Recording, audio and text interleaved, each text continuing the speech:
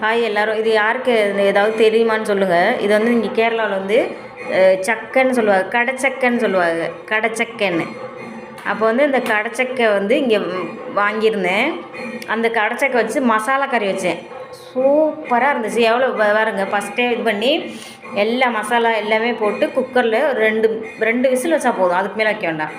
வச்சுட்டு இது பண்ணி நான் அந்த இதை குழம்பு வச்சது, மசாலா கறி வச்சது உங்களுக்கு நான் போட்டிருக்கேன் பாருங்கள் வீடியோ.